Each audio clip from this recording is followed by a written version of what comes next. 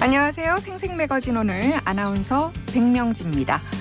지난 4일에 개봉한 영화 더 퍼스트 슬램덩크가 벌써 관객 250만을 돌파했다고 합니다. 아재 신드롬이라는 신조어와 함께 영화, 서점, 유통가에 열풍이 불고 있는데요. 대구의 한 백화점 앞에는 오늘 여는 슬램덩크 팝업 스토어에 먼저 들어가려고 어제 오전부터 길게 줄을 늘어서서 이렇게 추운 날씨에도 불구하고 밤샘을 한 오픈런 팬들이 많았습니다. 이 30년 만에 돌아온 슬램덩크를 보면서 과거에 가졌던 열정이나 설렘을 다시 마주하게 된다는 분들 많죠. 왼손은 거들 뿐, 영광의 시대는 언제죠? 난 지금입니다. 이런 명대사가 10대, 20대들에게도 인기가 뜨거운 걸 보면 꺾이지 않는 마음이나 새로운 콘텐츠, 많은 자극을 받는 것 같습니다. 이 서울대 소비트렌드 분석센터는 2023년 트렌드의 하나로 네버랜드 신드롬을 제시했었죠. 과거에 멈춘 피터팬이기보다는 젊은 인생을 추구하는 긍정적인 이미지가 사람들의 마음을 열고 지갑도 열게 된다고 했는데요. 슬램덩크가 바로 이런 모습이 아닐까 싶습니다. KBS 대구 제일라디오 생생매거진 오늘 2월 10일 금요일 순서 시작합니다.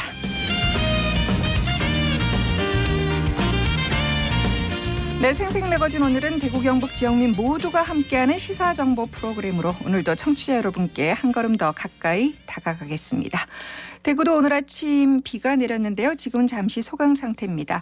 안동, 포항, 울릉 연결해서 각 지역의 날씨와 소식부터 전해드리겠습니다. 안동입니다. 현재 안동 지역 흐린 가운데 약하지만 비가 계속 내리고 있습니다. 어젯밤부터 아침까지 봉화에선 9cm의 눈이 내렸는데요. 경북 북동산지와 봉화를 제외하고 밤사이 일부 내륙에 내려졌던 대설주의보는 모두 해제됐습니다. 비도 오후엔 대부분 그치겠고요. 낮 최고 기온은 안동 9도를 비롯해 8도에서 11도의 분포로 전날과 비슷하겠습니다. 현재 안개 때문에 가시거리가 짧고 도로가 미끄러운 곳이 많은데요. 교통안전에 유의해 주시길 바랍니다.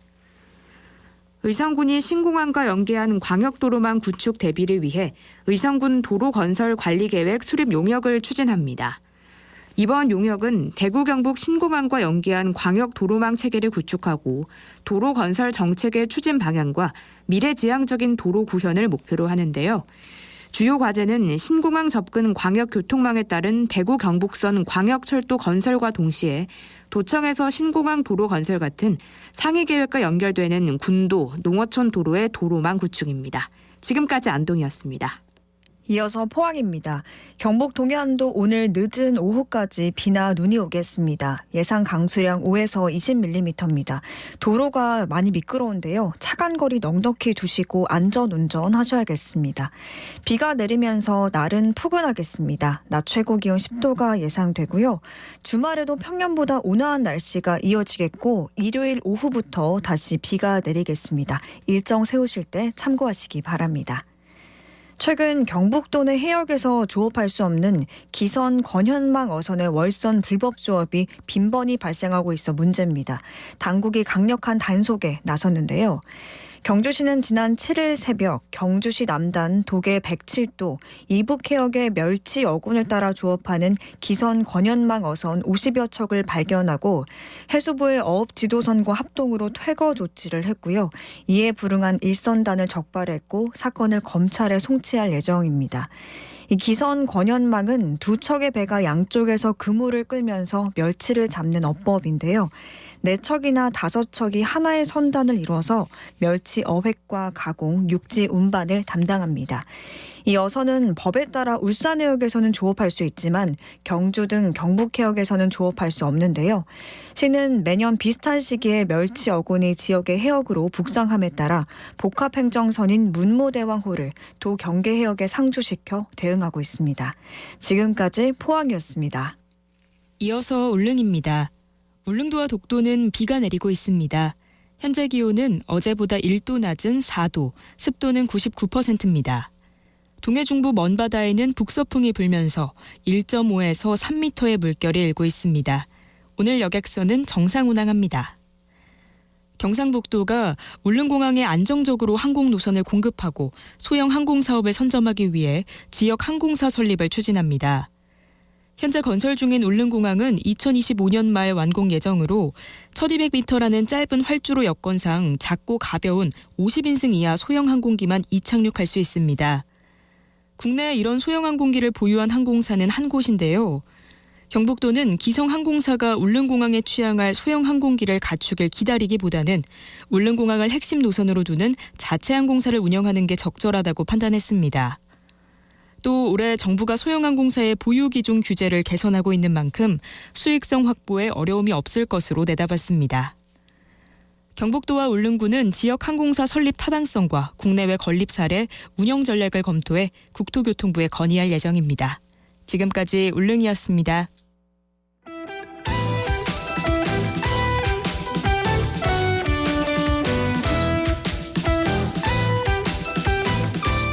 네, 오늘을 보는 키워드 뉴스 금요일에는 영남일보 정우택 기자와 함께합니다. 어서 오세요. 안녕하세요. 네, 첫 번째 키워드 소개해 주시죠. 네, 부대 내 괴롭힘입니다. 아직도 이런가요? 이런 소식은 없었으면 좋겠는데요. 네, 대구 군부대 복무 중인 병사가 극단적 선택을 해 파문이 일고 있습니다. 사건은 지난 7일 발생했는데요.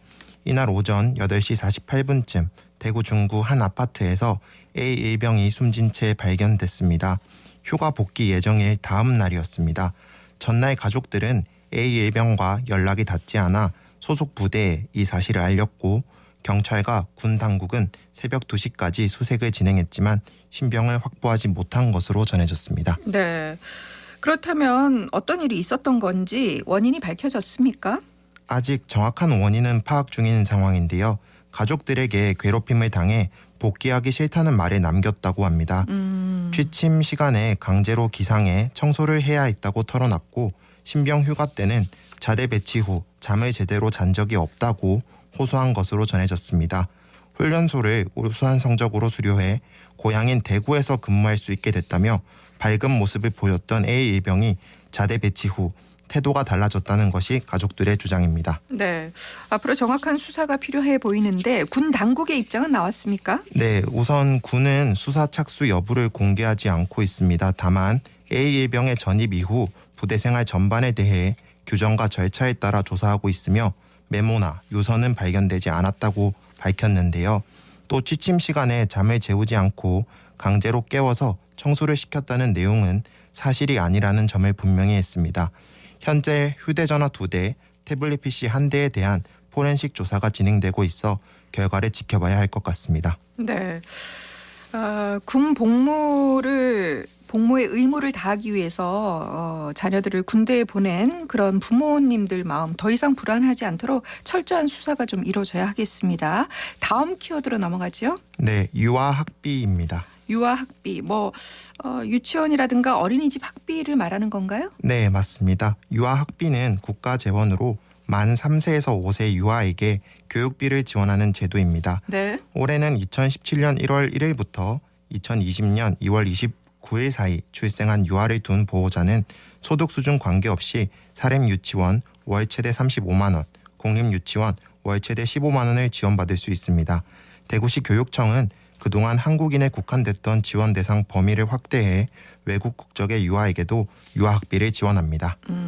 제도가 이렇게 달라진 계기가 있었습니까? 네, 이번 지원책은 지난해 10월 다문화 교육진흥조례를 개정하면서 외국 국적의 유아에 대한 누리과정비 지원 근거를 마련한 데 따른 조치인데요. 이전부터 다문화 가족 유아도 보편적 교육 과정에서 소외되지 않도록 조례안 마련이 필요하다는 지적이 꾸준히 제기돼 왔습니다. 네. 이미 지역 사회에 중도 입국 가정 자녀, 외국인 가정 자녀 등 다양한 이주 배경을 지닌 다문화 가정 출신 학생들이 함께 생활하고 있는 만큼 이번 조치가 교육의 공공성 강화에 도움이 될 것으로 평가됩니다. 네. 이 외국인 유아 지원 외에 추가 지원은 없습니까? 네, 시교육청은 유아학비 수혜 대상이면서 사립유치원에 다니는 법정 저소득층에 해당하는 기초생활수급자, 차상위 계층, 한부모 가정 등에는 교육청 자체 재원으로 전년 대비 5만 원 인상된 최대 월 20만 원을 추가로 지원할 방침입니다. 지원 신청 방법 간략하게 좀 설명을 해주시면 좋을 것 같아요. 네, 이번 유아학비 신청을 원하는 경우 오는 24일 오후 6시까지 보호자가 온라인 복지로 홈페이지 혹은 가까운 행정복지센터를 방문해 사전 신청이 가능합니다. 오는 3월 이전에 신청해야 해당 월 전액을 지원받을 수 있습니다. 다만 외국 국적 유아는 보호자가 직접 유치원을 방문해 유아학비 신청서를 작성하고 외국인 등록증 등 증빙 서류를 제출해야 합니다. 네, 차별 없는 교육 지원책이 실질적으로 많은 가정에 도움이 되면 좋겠습니다. 세 번째 키워드 보죠. 네, 마을 주차장입니다. 네, 이 동네마다 주차 공간이 부족해서 많은 불편을 겪고 있는 게 사실이죠. 네, 맞습니다. 차량은 늘어나는 데 비해 주차 공간이 모자라 어딜 가나 주차난을 겪기 일쑤인데요. 실제 지난해 기준 대구 지역 차량 등록 대수는 123만여 대인데 지역 내 주차 면수는 119만 개로 부족한 상황입니다. 네. 뭐 하면 안 되는 것이긴 하지만 정말 돌다 주차장을 찾지 못해서 불가피하게 불법 주차하는 경우도 있지 않습니까? 네, 대구 도심 불법 주차는 어제 오늘 일이 아니죠. 대구 8개 구군의 불법 주정차 과태료 부과 현황을 보면 전체 적발 건수는 2020년 53만 8,499건에서 2022년엔 59만 388건으로 2년 새 5만 건 이상 증가한 것으로 나타났습니다. 단속 유형을 보면 CCTV로 단속한 경우가 가장 많았습니다. 대구시의회 행정사무감사 자료에 따르면 지난해 1월부터 9월까지 도로 고정 CCTV로 17만 5천여 건, 차량 이동 CCTV로 18만 2천여 건, 시내버스에 장착된 CCTV로 1만 1천여 건 등 총 45만 1천여 건이 단속됐습니다. 과태료 징수액은 수성구가 31억 7천여만 원으로 가장 많았습니다. 아이고, 수성구 한 구만 하더라도 지금 30억이 넘는다고 하니까 근본적으로 주차 면수를 좀 늘려야 하는 것 아닐까요? 네, 대구시와 일선 지자체는 주차난 해결에 열을 올리고 있는데요. 구도심 및 상가주택 밀집 지역에 마을 단위 주차장 건설 사업을 추진하는 한편 내 집 주차장 갖기 사업 지원 금액도 최대 200만 원에서 300만 원으로 상향 조정해 더 많은 시민의 참여를 유도하고 있습니다. 또 공영주차장 실시간 주차 가능 여부와 민간주차장 기본 정보를 제공하는 주차정보 통합 플랫폼도 적극 홍보하고 있습니다. 주택가 주차난 완화를 위해 주택, 상가 인근 부설주차장 중 유휴 주차 공간을 개방할 경우 공사비를 지원하는 사업도 지속하고 있는데요. 이 외에도 30제곱미터 이하 다가구 주택 세대당 주차장을 0.5대에서 1대로 강화해서 안전사고 예방을 위한 불법 주정차, 무인 단속 시스템도 확충했습니다. 네, 주차난 해소되기를 정말 간절히 바라겠습니다. 다음 키워드로 넘어가겠습니다. 네, 대구 신규 공무원입니다. 올해 신규 공무원 채용 계획이 발표됐습니까? 네, 대구시는 올해 공무원 422명을 신규 채용한다고 밝혔습니다. 이는 지난해 신규 채용 인원 869명 대비 절반 수준인 51.4% 줄어든 규모입니다. 신규 채용 인원은 직렬별 7급에서 행정직 12명과 수의직 7명을 선발합니다. 9급에서는 행정직 242명을 비롯해 공업직 33명, 사회복지직 20명, 시설직 19명, 운전직 16명, 전산직 11명 등을 뽑을 계획입니다. 전반적으로 지금 50% 이상 줄어들었는데 채용 규모를 이렇게 갑자기 축소한 이유가 있을까요? 네, 이전에 채용 규모가 늘어났던 것은 한국전쟁 이후인 1950년대 중반부터 1960년대 초까지 출생한 이른바 베이비붐 세대가 은퇴가 맞물렸기 때문인데요.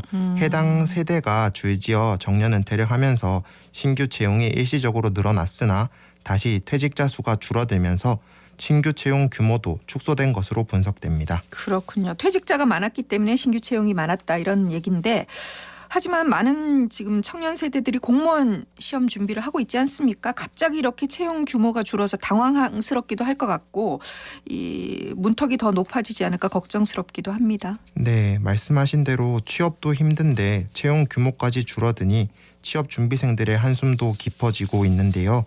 지방직 공무원은 물론 국가직 공무원 채용 규모도 대폭 줄었습니다. 2023년도 국가공무원 공개 채용 선발 인원은 지난해에 비해 423명 줄어든 6,396명으로 확정됐습니다. 앞서 정부는 지난해 7월 매년 정부 부처 정원을 감축한다는 내용을 골자로 하는 정부 인력 운영 방안을 발표한 바 있죠. 임기 중 5%가 줄어든다는 의미로 취업문이 그만큼 좁아지고 있다는 볼멘 소리가 나옵니다. 네. 반면 업무량 대비 인력이 부족하다 이런 의견도 많지 않습니까? 네, 전국 공무원 노동조합이 지난해 조합원 3만 8천여 명을 대상으로 실시한 설문조사 결과 92.6%가 인력 감축 계획에 반대한다는 의견을 냈는데요. 특히 소방, 경찰 분야는 매년 과도한 업무 부담으로 저연차 중심의 퇴직자가 많은 편입니다. 실제 2021년 기준 재직 5년 이하 퇴직 경찰관은 126명으로 전년 대비 57%가량 높아졌습니다. 네. 다음 키워드 살펴보겠습니다. 네, 파워풀 페스티벌입니다. 파워풀 페스티벌 하면 뭐 대구의 대표적인 축제고 지난해부터 이제 이름이 바뀌었잖아요. 컬러풀 페스티벌에서 파워풀 페스티벌로 바뀌었는데요. 네. 2023 파워풀 대구 페스티벌 감독진이 줄 사퇴 의사를 표명해 우려가 큽니다. 네. 축제 개최 시기를 3개월여 앞둔 시점에 축제가 제대로 치러질 수 있을지 우려의 목소리가 큽니다. 축제를 기획 연출하는 감독진이 공석이라면 뭐 걱정이 큰데 글쎄 뭐 특별한 이유가 있습니까? 줄 사퇴라고 하셨으니까요. 네, 파워풀 페스티벌은 시정 운영 방향에 따라 올해부터 민간단체인 대구 예총에서 주관을 하는데요. 지난해 11월 축제 감독을 공모했지만 적격자를 찾지 못했고 우여곡절 끝에 최주환 전 시립극단 예술감독이 선임됐습니다. 네. 이후 최 감독은 5명으로 구성된 감독진을 내정했는데요. 하지만 이들이 최근 사퇴 의사를 밝히면서 축제 진행도 난간에 부딪혔습니다. 공식적인 이유는 축제에 대한 방향성이 다르기 때문인 것으로 알려졌습니다. 네, 대구를 대표하는 축제인데 시간도 얼마 없고 다시 후임 인선을 해서 뭐 제대로 치러질 수 있을까요? 네, 대구 예총 측은 아직 절차적으로 사퇴가 확정된 것은 아니라는 입장입니다. 또 사퇴가 결정되면 새 감독을 선임하고 축제가 차질 없이 진행될 수 있도록 하겠다고 밝혔습니다. 네, 마지막 키워드 짧게 보겠습니다. 네, 성과급 양극화입니다. 성과에 따라 지급하는 성과급. 이 부분도 양극화 현상이 나타나고 있나 봐요. 네, 기업 규모에 따른 성과급 양극화 현상이 심화되고 있습니다. 사람인 HR 연구소가 실시한 2022년 귀속 성과급 지급 현황에 따르면 응답 기업의 58.4%가 성과급을 지급했거나 지급할 예정이라고 밝혔습니다. 여기서 대기업 중견기업의 비율은 67.2%였고 중소기업에 비해 13.2%포인트 더 높았습니다. 그렇군요. 자, 오늘을 보는 키워드 뉴스 영남일보 정우태 기자와 함께했습니다. 고맙습니다. 감사합니다.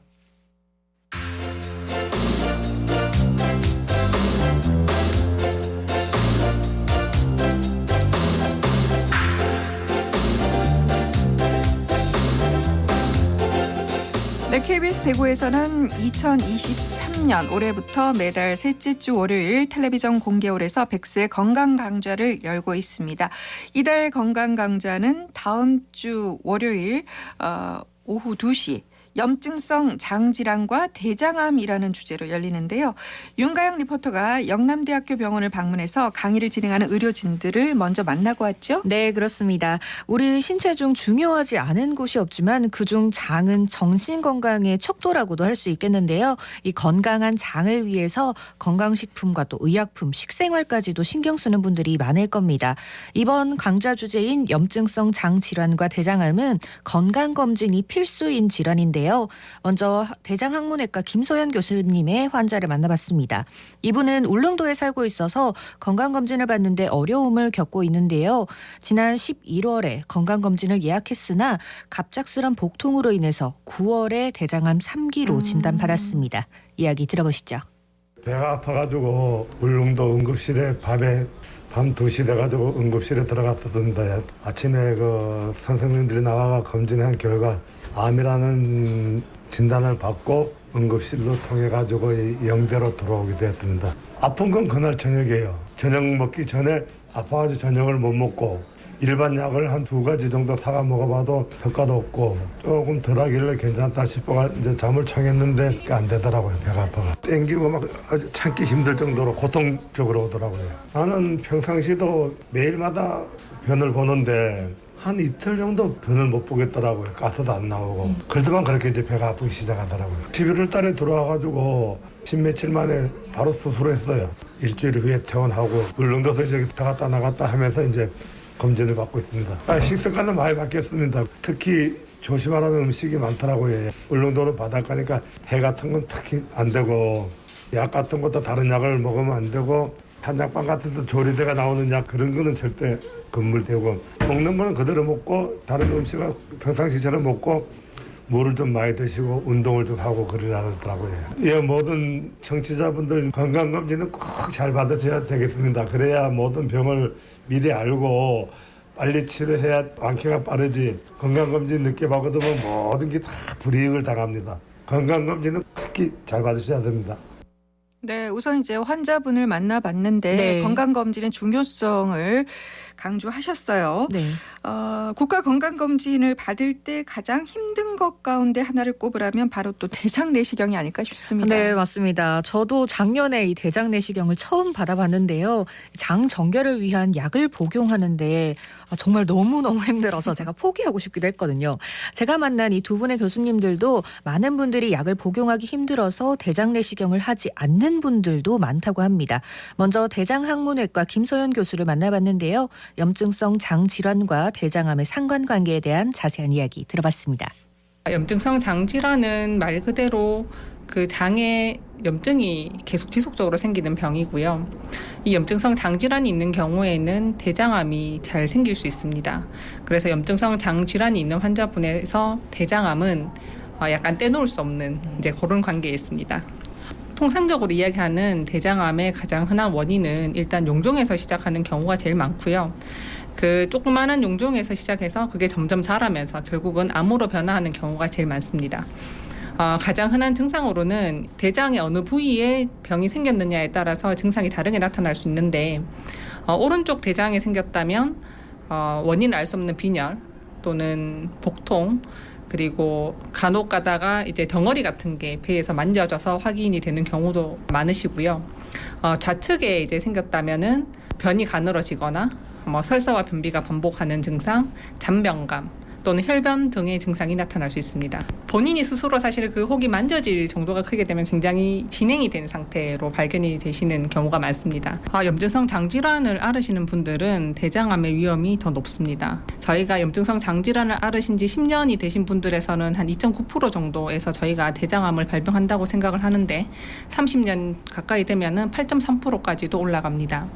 사실 이 염증성 장질환 자체가 10대 후반에서부터 20대 초반에 주로 많이 생기다 보니까 사실은 비교적 젊은 연령에서도 그 유병 기간 자체는 굉장히 긴 경우가 많아서 젊은 환자분들에서도 대장암에 대한 주의가 필요합니다.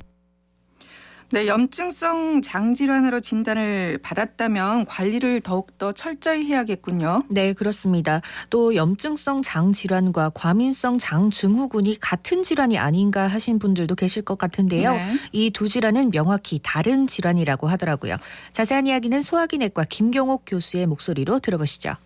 네, 염증성 장질환은 우리나라에서는 비교적 드문 질환이고 흔히 과민성 장증후군과 혼동하기 쉬운데 이 둘은 다른 질환으로 과민성 장증후군은 염증이나 검사에서 특별한 이상이 없이 증상이 반복되는 질환이라면 염증성 장질환은 대장 혹은 소장에 만성적인 염증이 지속되면서 이로 인해 다양한 증상이 발생하는 질환이고 크론병, 궤양성 대장염 등이 대표적인 질환이 되겠습니다. 대개 급성 장염의 경우에는 2주경에 호전이 되는 경우가 많기 때문에 감별이 어려울 경우에는 시간을 두고 반복 검사를 하기도 합니다. 염증성 장 질환은 이제 말 그대로 장의 만성적인 염증을 유발하기 때문에 대부분의 환자들이 설사, 혈변, 복통 등의 증상이 적어도 4주 이상 지속되어 병원을 찾게 되고 또 장 증상 외에도 체중 감소나 식욕 감소, 빈혈과 같은 다양한 증상이 지속되어 병원을 내원하기도 합니다. 염증성 장 질환은 어떤 연령대에서도 발병할 수 있는 질환이지만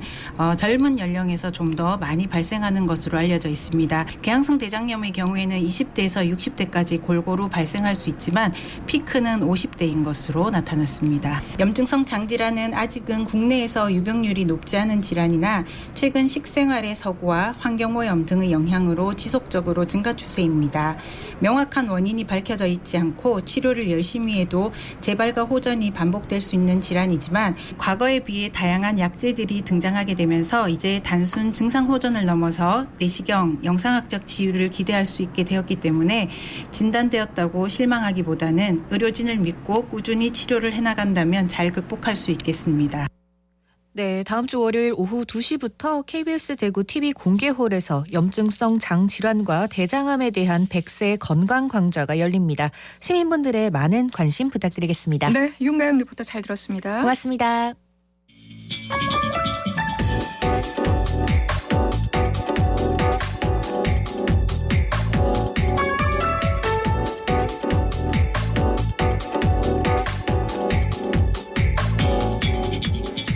묻고 듣고 생각과 마음을 나누는 방송. 지금 여러분께서는 대구 경북을 보고 듣는 생생 매거진 오늘을 함께하고 계십니다.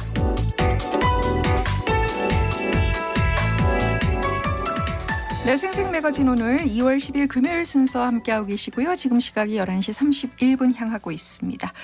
2월은 대구 시민에게는 아주 각별한 의미를 가진 달입니다. 2월 21일이 대구 시민의 날이고요. 2.28 민주운동 기념일까지 대구 시민 주간이 이어지는데요. 대구의 정체성을 부여한 2월의 역사를 오늘 짚어보겠습니다. 정만진 작가 나오셨어요. 어서 오세요. 예, 안녕하세요. 네. 몇 해 전만 하더라도 대구 시민의 날에 대해서 이렇게 조사를 하면 모른다고 응답한 분들이 90%가 넘었어요. 그렇죠. 예. 이후 이제 2월 21일로 바꾸면서 많은 공감을 얻게 됐죠. 그렇죠. 왜냐하면 2월 21일이란 게 이제 1907년에 네. 국제 보상 운동이 시작됐기 때문에 네. 시민들한테 훨씬 공감을 얻고 맞습니다. 네. 그렇게 됐고 또 하루만 한 게 아니라 이제 2월 28일까지 쭉 이어서 네. 한 주간을 시민 주간이라고 하게 되는데 2월 28일은 또 이제 1960년에 4.19 혁명의 시초가 되는 이제 대구에서 2.28 학생운동, 학생민주운동이 일어나는 날 아닙니까? 네. 그리고 그날 또 시민들이 잘 알고 있었기 때문에 그렇게 뭉치니까 시민주간으로 시민들이 많이 알게 되었죠. 네. 대구 시민 정신의 정체성이 바로 이 국제보상운동과 2.28 정신에 있다고 볼 수 있는 거죠? 그렇습니다. 많은 분들께서 잘 알고 계시겠지만 또 간단히 설명을 더 드리자면 네. 국제보상운동 할 때 국채란 거는 나라의 빚입니다. 그렇죠. 나라의 빚을 갚자 하는 건데 나라의 빚은 원래 나라가 갚아야 되지만 우리가 갚겠다. 우리 시민들이 갚겠다. 이렇게 나선 거니까 우리나라 역사에도 처음 있는 일이지만 세계사에도 이런 일은 없었습니다. 네. 우리는 또 IMF 때도 또 그 비슷한 일을 한번 했죠. 금모으기 말씀하시는 거죠? 그렇죠. 예. 그래서 1907년도에 우리가 일본한테 진 빚은 이제 1,300만 원이라서 지금으로 치면 우리나라 전체 예산 1년 예산 정도 뭐 600조 이런 수준인데 네. 그게 일본이 우리한테 강제로 떠넘긴 거예요. 그렇죠. 요즘 말로 하면 조직 폭력배가 동네의 선량한 시민한테 강제로 빚 떠넘긴 것처럼 그렇게 된 건데 우리가 시민들이 국민들이 직접 갚겠다고 하니 일제가 가만히 있을 리가 없죠. 그래서 일제의 방해로 말미암아 국제보상운동은 끝내 성공하지는 못했습니다. 네. 역사는 뭐 새로운 유물이나 문헌이 발견되거나 하면 다시 쓰이곤 하는데 이 국제보상운동에 대해서 우리가 새롭게 알아야 할 그 역사적 진실이라는 게 있을까요? 그렇죠. 모든 역사는 다 그렇죠. 뭐 대표적으로 아시는 것은 이제 천동설이 지동설로 바뀐 네. 것 아닙니까? 과학이 발달하면서 역사적인 수준, 연구 수준도 자꾸 올라가기 때문에 바뀌는데 국제보상운동에 관해서 우리가 이제 우리라는 건 우리 지역에서 이 시작을 대구에서 했다 보통 이렇게 알고 있어요. 네. 그런데 시작 자체는 부산 동네에서 했고요. 그것은 당시의 황성신문과 대한매일신보 같은데 보도가 되어 있는 역사적 사실입니다. 그 기사를 한 대목 읽어드리면 담배를 끊어서 나라의 빚을 갚자는 논의가 동네에서 시작하여 대구에서 문장을 만든다는 건 선언문 같은 걸 말하죠. 네. 서울에 도달하고 전국 각도에서 외쳤다. 그러니까 국제보상운동의 첫 논의는 부산 동네에서 시작했지만 전국적으로 확산되도록 만든 지역이 바로 대구다. 그런 말씀이시네요. 그렇죠. 아주 정확하게 해석을 하고 계십니다.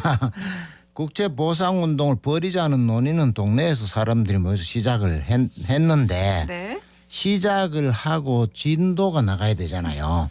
시작만 하고 다음날 흐지부지하면 의미가 없죠. 그렇죠. 예. 그래서 국제보상운동 모금 취지서를 작성하고 군중대회를 열고 실제로 돈을 모금을 하고 또 여성들이 장신구를 팔아서 기부를 하고 이렇게 구체적이고 실질적인 행동에 들어간 곳은 대구고 대구가 그렇게 하니까 소문이 나고 언론에 보도가 되면서 서울에 번지고 그게 결국 전국으로 번졌다는 거죠.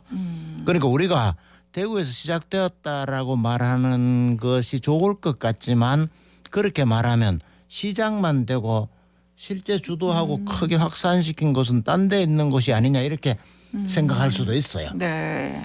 그래서 우리가 굳이 시작되었다, 시작 최초 아주 단초는 아니니까 시작되었다라는 표현을 쓰는 것보다는 대구가 주도를 했다. 대구가 국채보상운동을 이끌었다. 이렇게 말함으로써 전 국민들에게 역시 국채보상운동이라면 대구구나라고 인식을 심는 것이 훨씬 바람직하다.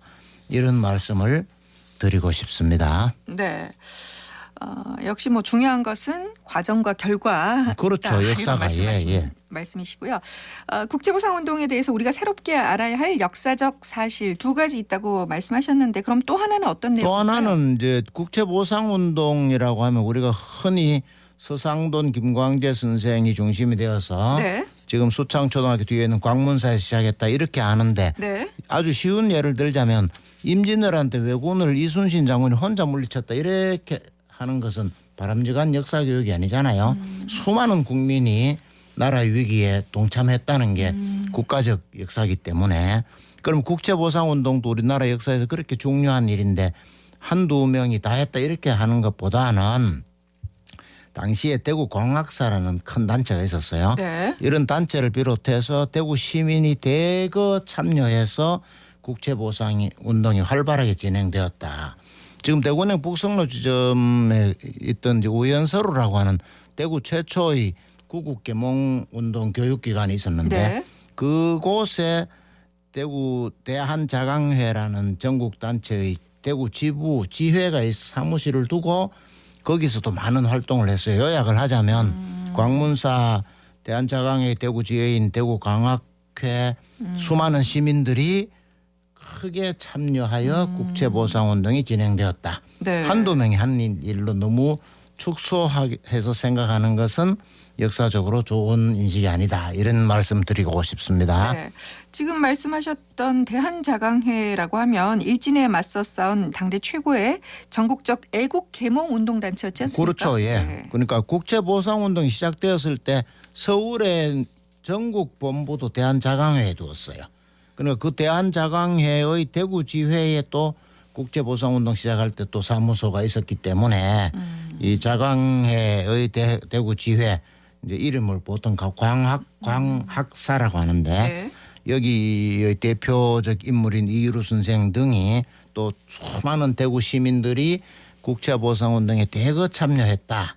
그리고 한두 영웅의 역사를 이끄는 게 아니라 수많은 국민과 시민들이 역사 발전을 진행한다. 예를 들어 지금 현대로 치더라도 우리나라 안에 무슨 일이 있으면 대통령이나 뭐 시장이나 한두 명이 아니라 수많은 국민이 자기의 정신과 재물을 바치고 해서 이걸 극복하려고 노력하지 않습니까? 네. 그러니까 우리가 국제보상운동을 볼 때에도 수많은 시민들이 대구 시민들이 참여했다는 자부심 우리는 그 후손이다. 이런 자부심을 가지는 게 좋고 영웅 중심으로 가는 건 고대사예요. 현대사로 올수록 시민 전체 국민 전체 이렇게 폭넓게 역사의 주체를 잡는 거기 때문에 그게 현대사를 보는 올바른 인식이다. 그렇게 생각할 수 있겠습니다. 네, 오늘 또 새로운 역사적 사실을 배우게 됐습니다. 예. 그리고 또 대구를 우리나라 현대사에 우뚝 서게 만든 228 학생 민주운동 빼놓을 수 없잖아요. 그렇죠. 네. 228이 있었기 때문에 이제 결과적으로 4.19가 발생하잖아요. 맞습니다. 일어나죠. 자유당 정권이 당시 일요일에 학생을 등교를 시키라고 했는데 그날 이제 야당 그 당시로 지금 민주당 선거에 유석했으니까 거기 못 가게 하려고 네. 그러니까 경북고등학교하고 대구고등학교 학생 등이 중심이 돼서 학원의 자유를 보장하라 이러면서 대구 시내에 시위를 하게 되고 이것이 마산으로 가고 또 서울로 번져서 4월 혁명이 일어나잖아요. 그래서 대구에서 일어난 228 학생운동이 4월 혁명의 단초가 되고 또 4월 혁명은 대구 근대역사관이라고 경산감령공원에 있는데 거기 게시되어 있는데 네. 이 세계 각국의 우리와 비슷한 처지에 있던 학생들에게 영향을 주어서 세계 민주화에 큰 영향을 끼친 사건이다. 이렇게 기록되어 있죠. 네. 그래서 그 자부심 때문에 현재도 우리 대구에는 228을 기리는 시설이나 여러 가지 게시들이 되어 있다. 이렇게 볼 수 있습니다. 네. 대구 2.28 민주운동을 역사 교과서에 실어서 비중 있게 다뤄야 한다. 이런 목소리도 크지 않습니까? 그리고 학자들이 그렇게 보고 있고 또 지난해 같은 경우는 권 시장과 또 강은희 대구 교육감 등 여러분들이 교육부에 건의도 하고 했고 역사적으로 인정되는 거다 이렇게 이야기는 됐는데 네. 실현은 되지는 못하고 있고 초등학교 6학년 사회 교과서에 4.19 소개하는 대목에 대구 학생운동에 관한 사진이 실려 있는 게 다예요. 그래서 이 문제는 해결해야 합니다. 네. 저는 이제 아이들한테 국제보상운동에 대해서 알려주기 위해서 그 기념관에 한번 간 적이 있거든요. 콘텐츠가 아주 잘 꾸며져 있더라고요. 그렇습니다. 예. 이런 자랑스러운 역사의 흔적을 찾아볼 수 있는 답사지 대구 시내 곳곳에 답사지는 있죠. 대구에 잘 만들어져 있어요. 네. 그러니까 국제보상운동을 먼저 말씀드리면 이제 시내 복판에 공원이 있지 않습니까? 그리고 그 공원 안에 국제보상운동 기념관이 잘 만들어져 있고 네. 수창초등학교 뒤에 물론 기념비가 있고요. 네. 본래 그 군중대회를 했던 콘서트 하우스 앞에 네. 최초로 기념 조각도 만들어졌고 대구은행 북성로 주점 1층에 아까 말씀드린 것처럼 그 의원서루터인데 네. 그 안에 은행 안에 들어가면 또 전시 공간이 있고요. 진골목 시내 복판에 네네네. 거기 가면 이제 여성들이 국제보상운동을 한 것에 대한 이제 설명도 나오고 서상돈 선생의 묘소는 가보신 분 계시겠지만 지하철 3호선 지상철 타고 가면 끝에 범물동에 끝에 가면 그 천주교 묘지가 있는데 네. 거기에 묘소가 있고요. 이일우 선생 묘소는 역시 또 지하철 1호선 대곡역에 가면 대곡 성당이 있는데 그 맞은편에 있는데 꼭 말씀드리고 싶은 건 이 두 분이 굉장히 큰 부자였을 뿐만 아니라 이제 구국 개몽운동의 선두에 서신 공로자이지만 묘소는 매우 소탈해서 동네 일반인 묘소처럼 소탈해요. 맞습니다. 그것도 우리가 본받을 점이 아닌가 이런 생각이 들고요. 네. 2.28과 관련해서는 이제 명덕초등학교 교정에 2.28 민주운동 기념관이 있고 그 당시 주도했던 경북고와 대구고 교정에도 기념탑이 있고 신암동에도 기념도서관이 있어서 가볼 만한 곳은 매우 많습니다. 관심만 있다면 가까운 주변에서 많이 둘러볼 수 있군요. 그렇습니다. 자, 이 밖에도 2월 대구의 역사에서 꼭 기억할 일이 있다면요? 2월 28일에 안일사에서 조선국권회복단이 결성되는데 이게 나중에 1910년대를 대표하는 광복회로 발전하기 때문에 네. 이거 우리가 대구가 자랑할 만한 일이고 광복회가 또 대구 달성 토성에서 창립됐지 않습니까? 네. 그리고 40년대를 대표하는 학생운동 단체가 다혁당이라는 게 있는데 이게 대구 사범학교 학생들이 했어요. 네. 그 당시 이게 얼마나 큰 단체였나는 거는 일제가 300명을 구속했으니까 굉장하지 않습니까? 네. 그래서 이 기념도 지금 사대부고 교정에 가면 있으니까 시민들께서도 한 번씩 가보시기 바랍니다. 네, 오늘 자랑스러운 2월의 대구 역사에 대해서 한번 짚어봤습니다. 다시 읽는 역사 정만진 작가와 함께했습니다. 고맙습니다. 예, 고맙습니다.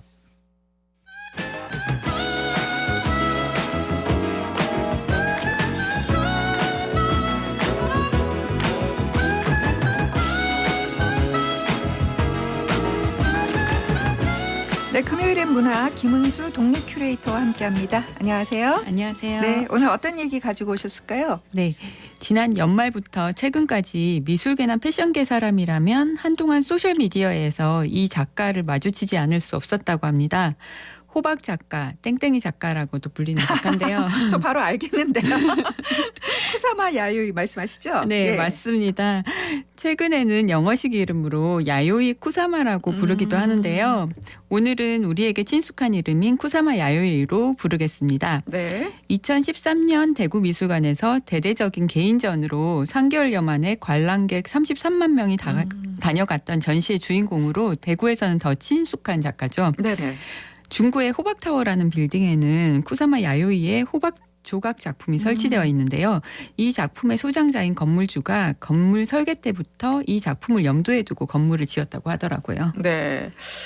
사실 뭐 쿠사마 야요이 잘 알려진 작가인데 그 최근에 주목할 점은 소셜 미디어에서 더욱 핫하다 이런 점이에요. 네네. 네. 붉은 가발을 쓴 쿠사마 야요이와 똑같이 생긴 로봇, 그리고 파리 샹젤리제 건물을 집어삼키는 대형 인형, 독특한 모양의 호박 모자를 쓴 쿠사마 야요이가 등장하는 실감형 영상 등이 소셜 미디어 계정들에 많이 올라오기 때문인데요. 네. 쿠사마 야요이가 명품 패션 브랜드와 협업 작업을 했기 때문입니다. 쿠사마 야요이는 10년 전인 2012년에도 이 명품 브랜드와 협업을 했었는데요. 네. 이번에는 제품에서부터 매장 디스플레이뿐만 아니라 파리와 도쿄 도시 곳곳에 야외 설치물, 영상물, 카페 등을 열어 많은 사람들의 호기심을 끌고 독특한 예술 경험을 제공하고 있습니다. 네. 뭐 대구 시내 백화점에 가도 다 볼 수 있더라고요. 그렇죠. 눈이 어질어질하던데. 네. 사실 이전에도 패션과 예술의 협업은 종종 있는 일 아닙니까? 네, 그렇습니다. 아티스트와의 협업은 새로운 이슈를 만들기도 하고 또 새로운 시도가 가능해서 브랜드의 이미지나 타깃에 변화를 줄 수 있기 때문에 많은 협업을 하는데요. 그간 수많은 패션 디자이너와 미술 작가들과의 협업이 있어 왔는데 가장 흔한 방식은 작품을 오디에 새겨 넣는 방식이었죠. 또 디자이너들은 자신에게 영감을 준 미술 작가들의 작품을 모티브로 한 컬렉션을 선보이거나 아예 미술 작가들과 직접적 협업으로 제품을 선보이기도 합니다. 세계적인 거장들과 함께 100개나 200개 정도의 한정된 에디션으로 제작해서 작가의 작품을 소장하는 것과 같은 가치를 제공하기도 합니다. 최근 패션 브랜드들은 이런 작가들과의 협업뿐만 아니라 작가들에 대한 지원, 전시 개최를 넘어 직접 미술관을 운영하기도 하는 등 문화예술 분야를 적극 후원하고 있습니다. 네. 대구 시립미술관이 전국적으로 알려진 게 쿠사마 야요이 전시를 유치하면서부터라고 해요. 네, 맞습니다. 예전에 대구 시립미술관은 조금 외곽에 있어서 접근성이 떨어진다는 얘기가 많았잖아요. 네. 하지만 2013년 개관 3년 만에 유치한 쿠사마 야요이의 전시는 좋은 작품이 있는 곳에 관객이 온다는 걸 확인시켜줬고 대구 미술관에 활기를 불어넣어줬습니다. 쿠사마 야요이는 명실상부한 글로벌 스타로 동서양 어디에서도 남녀노소를 불문하고 널리 사랑받는 작가로 쿠사마 야요이라는 이름 자체가 브랜드가 됐죠. 현존하는 여성 작가 중 가장 영향력 있는 인물이자 생존 여성 작가 중 작품값이 가장 비싼데요. 오리지널 페인팅이 수십억 원을 호가하고 네. 호박 조각 작품이 수십억 원에서 수백억 원대, 그리고 판화도 수천만 원에서 1억 원 이상에 팔립니다. 이번에 명품 브랜드에서 쿠사마와 또다시 협업한 데는 작가의 오리지널 작품을 못 사도 가방과 옷, 신발은 사고자 하는 쿠사마 마니아들이 있을 것으로 판단했기 때문일 듯합니다. 네. 최근 뭐 우리나라에서도 쿠사마 야요이가 왕자를 차지했다 이런 보도가 있더라고요. 네. 한국미술시가감정협회가 지난달에 내놓은 자료에 따르면 2022년 국내 경매 시장에서 이유안이 쿠사마 야요이에게 왕자를 내줬다고 합니다. 쿠사마 야요이는 국내 10개 경매사에서 총 116개 작품이 거래돼서 낙찰 총액 276억 7천만 원을 기록했습니다. 2022년 작품별 최고 낙찰가 1위도 지난해 11월 서울 옥션을 통해 거래된 2014년작 호박 회화 작품으로 64억 2천만 원에 낙찰됐다고 하는데요. 쿠사마 야요이는 이 밖에도 작품별 낙찰가 톱10에 무한그물에 의해 소멸된 비너스상, 여름별 등 5개의 작품을 포함시키며 존재감을 과시했다고 합니다. 네. 그 작품뿐 아니라 제가 좀 전에도 얘기했지만 그 백화점 쇼윈도를 지났는데 어질어질하잖아요. 이 동그라미가 너무 많아서 눈이 빙글빙글 도는 느낌이고 특히 환공포 있는 분들도 많잖아요. 그래서 막 이렇게 피해간다고 하는데 이 동그라미가 강박증을 작품으로 드러내는 그런 장치라고 들었어요. 네, 맞습니다. 쿠사마 야요이 하면 보통 호박 작가, 네. 땡땡이 작가, 강박증을 앓는 작가로 주로 알고 계신데요. 그녀는 현재 사실 그 강박증을 앓고 있기도 합니다. 지금. 네. 네, 그녀는 현재 만 93세의 나이에도 불구하고 건강을 유지하며 매일 작업하고 새로운 조각 아이디어를 내며 끊임없이 혁신을 이루어내는 작가입니다. 쿠사마 야요이는 1929년 일본 나가노의 부유한 가정의 4남매 중 막내로 태어났습니다. 네. 쿠사마 집안은 부동산과 창고 사업, 집의 농장에서 자란 식물에서 수확한 씨를 판매하는 종묘업을 했는데요. 집 주변은 꽃과 풀의 다양한 식물들로 둘러싸여 있어서 자연스럽게 어릴 적부터 식물을 그림에 표현할 수 있었고 네. 또 현재까지 작업에 드러나고 있죠. 부유한 어머니의 집안에 대릴사위로 아버지가 장가를 왔는데요. 네. 어머니는 아버지와 아이들을 억누르는 위치에 있었다고 합니다. 그래서 아버지는 자주 집을 나가서 외도를 했고 또 어머니는 자식들 그리고 쿠사마를 가혹하고 엄격하게 다뤘다고 하는데요. 또 게다가 그림을 그릴 때마다 비난을 일삼고 그림을 빼앗아 찢어버리기도 했다고 아이고. 합니다. 이러한 어린 시절의 정신적 스트레스는 환영과 환각으로 나타나게 됐고 강박신경증으로 발전한 것이 아닌가 싶습니다. 그래서 10살 무렵에는 테이블보의 꽃 모양 패턴이 자신과 우주 전체를 덮어버리는 환각에 빠졌다고 하는데요. 이 경험으로 인해서 쿠사마는 점의 반복을 끊임없이 사용하기에 이르렀고 또 그 점은 무한망이 되었습니다.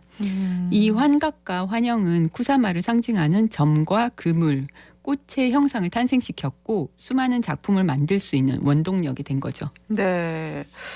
그 어릴 때 집안 네. 환경부터 이렇게 쭉 들어보니까 작품을 더욱더 잘 이해하는 그런 배경이 되는데 고통과 억압의 결과가 우리가 사랑하는 현재의 작품으로 탄생했다. 그런 말씀이시잖아요. 네네. 이렇게 작품 활동하는 게 작업 과정이 그녀에게는 또 치유의 과정이 된 것이 아닌가 싶기도 하네요. 네, 맞습니다. 그녀의 작품을 보고 이러저러한 미술 사조의 영향을 받았다고들 하는데 쿠사마는 자신의 독특한 자신만의 정신세계를 작품으로 표출한 작가입니다. 쿠사마의 그림에 대한 열정은 미술대학을 졸업하고 성인이 되어서도 계속됐는데요. 네. 그때까지도 쿠사마는 자신이 정신적으로 문제가 있는지 인식하지 못했고 알 수도 없었는데요.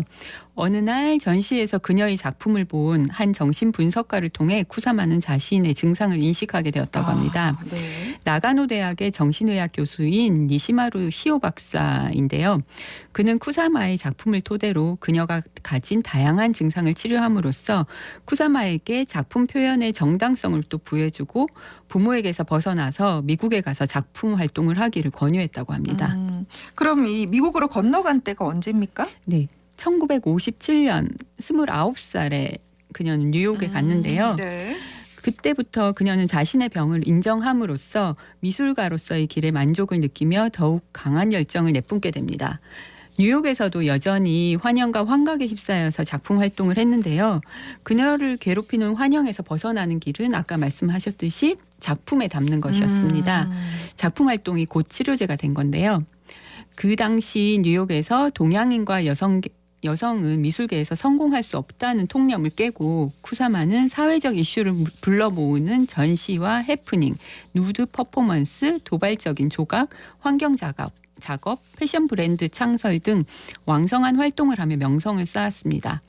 하지만 1972년 계속 활동을 하기에는 자금도 부족하고 신경증이 심해져서 일본으로 돌아오게 됩니다. 네. 그럼 뉴욕에서 누렸던 명성이 일본에서는 어땠습니까? 통했습니까? 아니, 힘들었죠.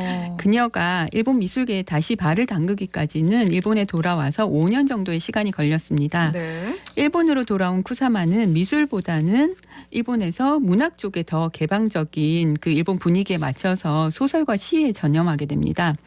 1977년부터 그녀는 스스로 정신병원에서 생활하기 시작해서 그 옆에 스튜디오를 열고 조수들을 고용하고 치료와 작업을 동시에 진행하며 지금까지 생활하고 있습니다. 네. 또 다른 그 작품에 자주 등장하는 호박 어떤 의미를 갖고 있습니까? 네. 어린 시절에 그 부모님께서 큰 농장을 운영했다고 했잖아요. 네. 쿠사마는 그래서 다양한 동식물과 함께 자랐는데요. 그중에서도 유별나게 사랑한 것이 호박입니다. 어린 시절 집안의 정원에서 처음 본 호박의 마음을 빼앗겼다고 하는데요. 호박의 유머러스하고 넉넉한 모양과 따뜻한 느낌을 지금도 어린아이처럼 좋아합니다라고 하고요. 네. 자신은 호박을 마주하고 시간을 보낸다고 자서전에서 회고하더라고요. 네. 그리고 또 자신을 닮았다고도 얘기하더라고요. 그렇기도 하네요. 네. 호박은 쿠사마의 초기 연습작에서부터 등장하는데요. 네. 노란색은 그 색채 심리학에서 경직된 마음을 부드럽게 해주고 상처 회복을 도와주는 색깔이라고 합니다. 네. 그래서 샛노란 호박에 까만 물방울이 찍힌 그녀의 작품에서는 강한 치유의 에너지가 뿜어 나오는 것 같습니다. 그렇군요. 평생을 정신적인 고통 속에서 살았지만 예술로 승화한 오늘 쿠사마 야요이의 작품 세계에 대해서 알아봤습니다. 김은수 독립 큐레이터였습니다. 고맙습니다. 네, 감사합니다. 교통정보 알아봅니다. 서유리 리포터. 네, 먼저 시내도로 정보입니다. 구마로 감천내거리에서 성당내거리 방향 소통 원활합니다. 옥산로 원대오거리에서 북구청 내거리 방향은 막힘없이 지나는데요. 북구청 내거리 직전 3차로에 화물차 정차 후 하역 작업 중입니다. 1, 2차로로 차로 변경해서 이동하시기 바랍니다. 이어서 국채보상로는 서대구 공단 내거리에서 동신교 구간 양방향으로 서행하고 있습니다. 계속해서 고속도로 상황입니다. 경부고속도로 서울 방향 구미나들목에서 동김천 나들목까지 어려움 없이 이동하고 중앙고속도로 춘천 방향은 칠곡나들목부터 가산나들목까지 시원하게 통과합니다. 중부내륙지선 창원 방향은 서대구 요금소부터 남대구 나들목까지 제속도 내며 지납니다. 지금까지 이 시각 교통정보였습니다. 네, 어제 밤부터 내린 비와 눈으로 지역에 내려졌던 건조주의보는 모두 해제됐고 일요일 오후부터 다시 비 예보가 있습니다. 이후 다음 주에는 예년 이맘때 기온이 예상되는데요. 봄을 향해 가는 걸음이 더욱 빨라지는 것 같습니다. 주말 잘 보내시고요. 2월 10일 금요일에 전해드린 생생매거진 오늘 마치겠습니다. 함께해 주신 여러분 고맙습니다. 안녕히 계십시오.